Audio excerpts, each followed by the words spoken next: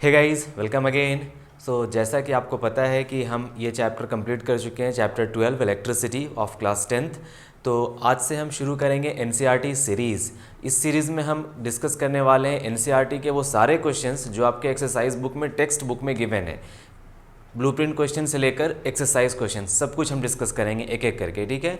तो आज के लेक्चर से हम शुरू करते हैं ब्लूप्रिंट क्वेश्चन से। आज हम करने वाले 3 क्वेश्चन जो आपको पेज नंबर 200 में गिवन है, और क्वेश्चन नंबर 1, 2 एंड 3 ये सारे क्वेश्चंस का अगर आपको कॉन्सेप्ट नहीं पता है तो आप जा कर के डिस्क्रिप्शन में लिंक देख सकते हो। सारा का सारा लेक्चर बनाया गया है इस टॉपिक के ऊपर, ठीक है। चलिए शुरू करते हैं।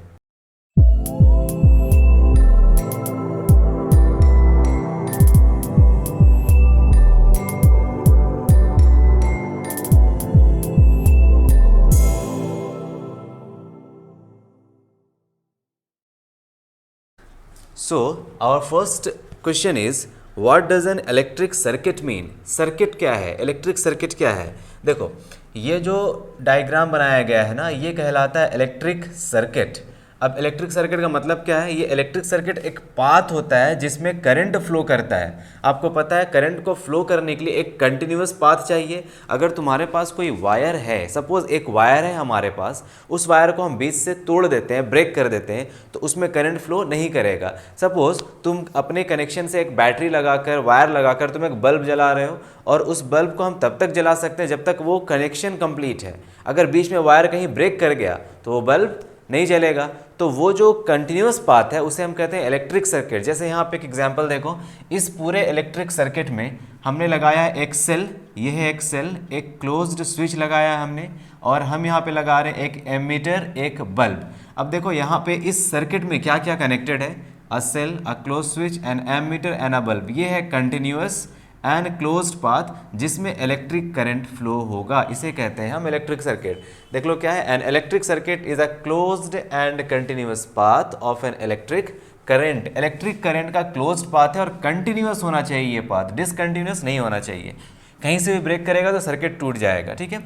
तुम इस सर्किट को बहुत ही सिंपल तरीके से भी बना सकते हो, सिर्फ और सिर्फ इस बैटरी को लगाकर और एक बल्ब लगा करके। इन दोनों को लगाने की कोई ज़रूरत नहीं है। बट क्वेश्चन में अक्सर आपसे पूछता है draw an electric circuit consisting a cell of a battery of 2 cells. जैसे यहाँ देखो, यहाँ पे एक सिंगल सेल है, अगर तुम्हें बैटरी ऑफ 2 सेल्स लगा दे बोल दे तो यहाँ पे 2 सेल लगाना पड़ेगा, ठीक है। इसी में 2 सेल लगाना पड़ेगा, इस तरह से लगाएंगे।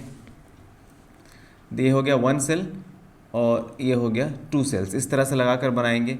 और सिर्फ एक अगर बल्ब बोले लगाने के लिए तो इस तरह से हम एक बल्ब डाल देंगे, है ना। वहाँ पे कुछ भी पूछ सकता है आपसे कि draw an electric circuit consisting a battery of 2 cells और 3 सेल्स और 4 सेल्स, कुछ भी पूछेगा। A bulb, an ammeter, a voltmeter to measure the potential difference across the bulb. अब देखो ये क्या है, ये एम मीटर क्या करता है, ये जो एमीटर है ये करंट को मेज़र करता है, ठीक है। और हमेशा ये सीरीज़ में लगता है। देखो ये सीरीज़ में लगा हुआ है, एमीटर सीरीज़ में लगेगा। और जो वोल्ट मीटर होता है उसको हमेशा हम जिसके अक्रॉस वोल्टेज फाइंड कर रहे हैं उसके पैरेलल में लगाते हैं। सपोज यहाँ पे बोला जाए कि इस बल्ब के अक्रॉस हमें पोटेंशियल डिफरेंस फाइंड करना है, तो इस बल्ब के अक्रॉस हम इस तरह से पोटेंशियल डिफरेंस वोल्ट मीटर लगाएंगे, ठीक है। ये इसके अक्रॉस लगाना है, ये लगेगा पैरेलल में और ये लगेगा सीरीज़ में। Now this is called as voltmeter. इसका काम क्या है वोल्ट मीटर का, तो वोल्ट मीटर मेजर करेगा potential difference across this bulb, ठीक है।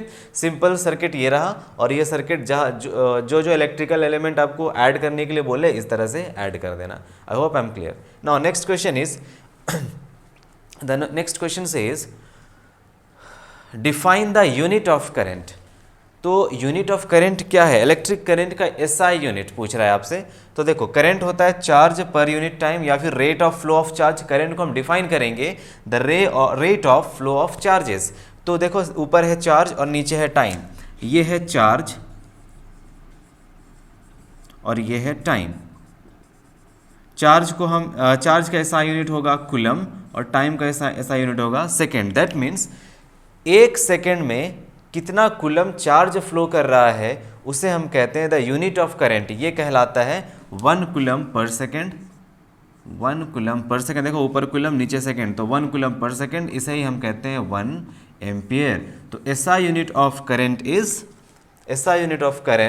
इज 1 एम्पियर या फिर एम्पियर, द ऐसा unit of current is ampere, और एम्पियर को हमें डिफाइन करने के लिए बोल रहा है ना यहाँ पे, define the unit of current, that means ampere को डिफाइन करना है। So 1 ampere is defined as the flow of 1 coulomb of charge. 1 coulomb of charge कितने देरी तक फ्लो होना चाहिए? 1 सेकंड तक अगर 1 कूलम ऑफ चार्ज फ्लो होता है तो उस करंट को हम कहते हैं 1 एम्पियर। सपोज एक एग्जांपल ले लेते हैं, ये वायर है, इस वायर में 1 सेकंड में 2 कूलम का चार्ज फ्लो हो रहा है। इस वायर में 1 सेकंड में 2 कूलम का चार्ज फ्लो हो रहा है, तो करंट कितना बना? करंट बना 2 एम्पियर। 1 सेकंड में जितना चार्ज फ्लो हो उतना एम्पियर बन जाएगा करंट। 1 सेकंड में 2 कूलम का चार्ज फ्लो कर रहा है तो यही ना है 2 ampere of current. Suppose 1 second में यहाँ पे 4 कूलम ऑफ चार्ज फ्लो कर रहा है तो करंट कितना बन गया? 4 एम्पियर। सपोज 1 सेकंड में 1 कूलम ऑफ चार्ज फ्लो कर रहा है तो करंट 1 एम्पियर। 1 सेकंड में 10 कूलम ऑफ चार्जेस फ्लो कर रहा है तो करंट बन गया 10 एम्पियर। सपोज 2 सेकंड्स में 10 कूलम चार्ज फ्लो कर रहा है तब करंट क्या होगा? 2 सेकंड में 10 कूलम ऑफ चार्ज फ्लो कर रहा है तो करंट क्या होगा?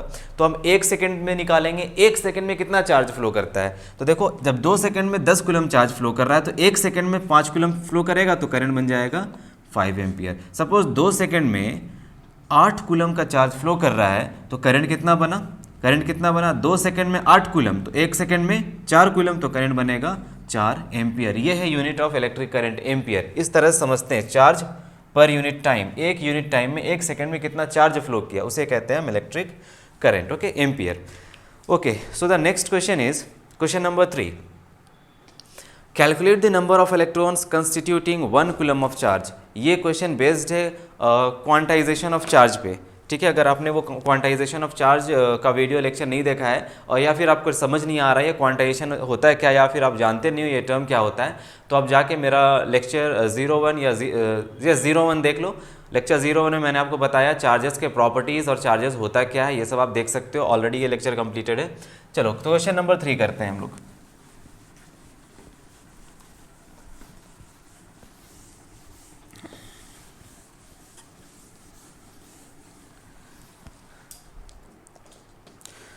ओके, क्वेश्चन नंबर 3, ध्यान देना। क्वेश्चन नंबर 3 में हमसे पूछ रहा है कि 1 कूलम में कितना इलेक्ट्रॉन होगा। देखो we know that charge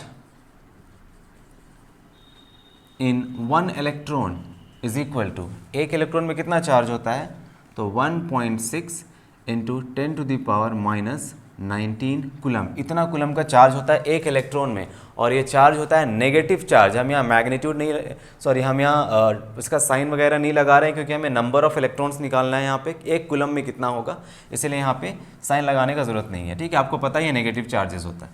charge in 1 coulomb में, sorry charge in 1 electron is 1.6 into 10 to the power minus 19 coulomb. हमसे 1 कूलम का चार्ज पूछा है ना, इसको इस तरह समझो कि एक पेन का प्राइस है, एक पेन का प्राइस है, देखो 1 इलेक्ट्रॉन का, ये एक पेन का प्राइस है 200 रुपये, 200 रुपीज़। तो 10 रुपये में हम कितना पेन खरीद पाएंगे? क्या ये इस तरह कुछ क्वेश्चन है?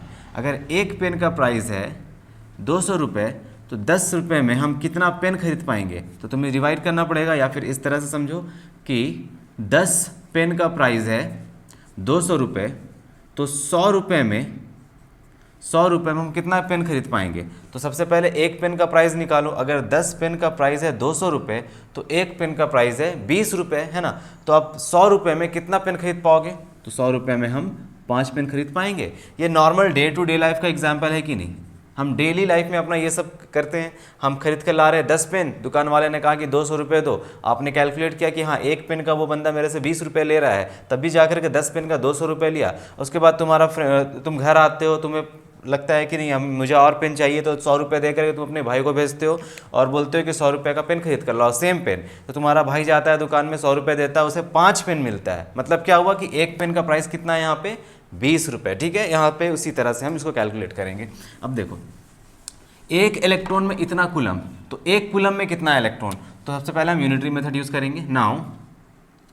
Now in 1.6 into 10 to the power minus 19 coulomb there is 1 electron, in 1.6 into 10 to the power 19 coulomb there is 1 electron. So in 1 coulomb there are, एक कूलम में कितना होगा, इतना कूलम में एक, तो एक कूलम में कितना, unitary method 1 divided by 1.6 into 10 to the power minus 19 electrons. Clear है. नंबर ऑफ इलेक्ट्रॉन्स हम निकाल रहे हैं ना, इलेक्ट्रॉन्स, हम नंबर ऑफ इलेक्ट्रॉन्स निकाल रहे हैं. अब इसको कैलकुलेट करना है हमें, तो इसको लिखेंगे 1 बाई 1.6, ठीक है, इंटू इसको ऊपर ले आते हैं 10 to the power 19 electrons. Now इसमें डेसिमल हटा दो, ऊपर आ जाएगा 10 by 16 into 10 to the power 19 electrons. अब देखो यहाँ पे ये 10 को अलग कर दो, इसे लिखेंगे 1 बाई 16 इंटू 10 इसमें ऐड कर दो 10 टू द पावर 20. देखो यहाँ पे 10 to the power 1, 10 to the power 19, 19 plus 1 20. चलो ये सब तुम्हें आता ही होगा. 1 बाई 16 इसे जब कैलकुलेट करोगे तुम तो आंसर आएगा 0.0625. इसे कैलकुलेट करके देख लो, आंसर निकलेगा 0.0625 into 10 to the power 20 electrons. 20 electrons. अब इस तरह देखने में अच्छा लगता नहीं है, तो इसे साइंटिफिक नोटेशन में हम लिख लेते हैं. इसे, इसका डेसिमल एक डिजिट के बाद हम शिफ्ट कर रहे हैं, तो डेसिमल को यहाँ शिफ्ट कर रहे हैं तो 100 से डिवाइड करना पड़ेगा, तो 6.25. ठीक है, 100 से डिवाइड करना पड़ेगा. अब 100 से क्योंकि हम डिवाइड कर रहे हैं तो 100 से हम यहाँ पे 100 से मल्टीप्लाई करना पड़ेगा, तब ये डेसिमल इधर शिफ्ट होगा. जब 100 से हम मल्टीप्लाई कर रहे हैं इसको, तो 100 से हमें डिवाइड भी करना पड़ेगा, मतलब 10 इंटू ऊपर है 20 और 100 से डिवाइड कर रहे हैं, मतलब ऊपर चले गया -2 तो बन गया 18. So this is number of electrons.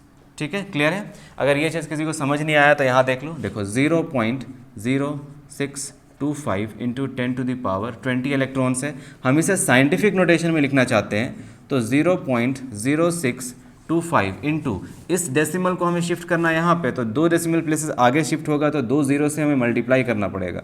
अब हम खुद से 2 0 से मल्टीप्लाई कर रहे हैं, तो हमें इसे 2 0 से डिवाइड भी करना होगा, इंटू यहाँ पर 10 टू द पावर 20 ऑलरेडी है. अब देखो ये मल्टीप्लाई कर दो इससे सबसे पहले, तो ये आ जाएगा 6.25 इंटू 10 टू द पावर 20, बच गया ये 100 डिवाइडेड बाई 100. सो 6.25 इंटू ये 10 टू द पावर 2 है, 10 टू द पावर 2 है, ऊपर जाएगा 10 टू द पावर -2 हो जाएगा, ऊपर जाएगा तो 10 to the power -2, 20 -2 10 to the power 18. So this much electrons is present in 1 coulomb of charge. Clear है. इसे डायरेक्टली फॉर्मूले से भी निकाल सकते थे.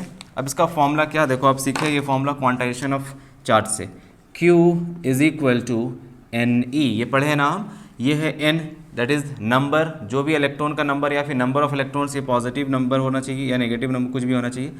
नहीं, नेगेटिव नहीं, ये N is the number of electrons, number of charges. N एक पॉजिटिव नंबर होना चाहिए, इंटीजर है. E is the charge on electron and Q is the total charge. ठीक है, चलो देख लेते हैं कितना चार्ज हमें गिवन है. हमें चार्ज गिवन है कि 1 कूलम में पूछ रहा है ना कितना नंबर ऑफ इलेक्ट्रॉन है, तो 1 कूलम यहाँ पुट करेंगे. N इलेक्ट्रॉन के ऊपर charge 1.6 into 10 to the power -19 coulomb. So N का वैल्यू देखो यहाँ से 1 divided by 1.6 into 10 to the power -19 electrons. देखो यहाँ से कैलकुलेट करोगे, सेम यही एक्सप्रेशन आ रहा है, same expression 1 divided by 1.6 into 10 to the power -19, 1 divided by 1.6 into 10 to the power -19. तो इस तरह से भी हम सॉल्व कर सकते हैं. ठीक है, ओके. तो नेक्स्ट क्वेश्चन के लिए नेक्स्ट लेक्चर देखना. Thank you very much.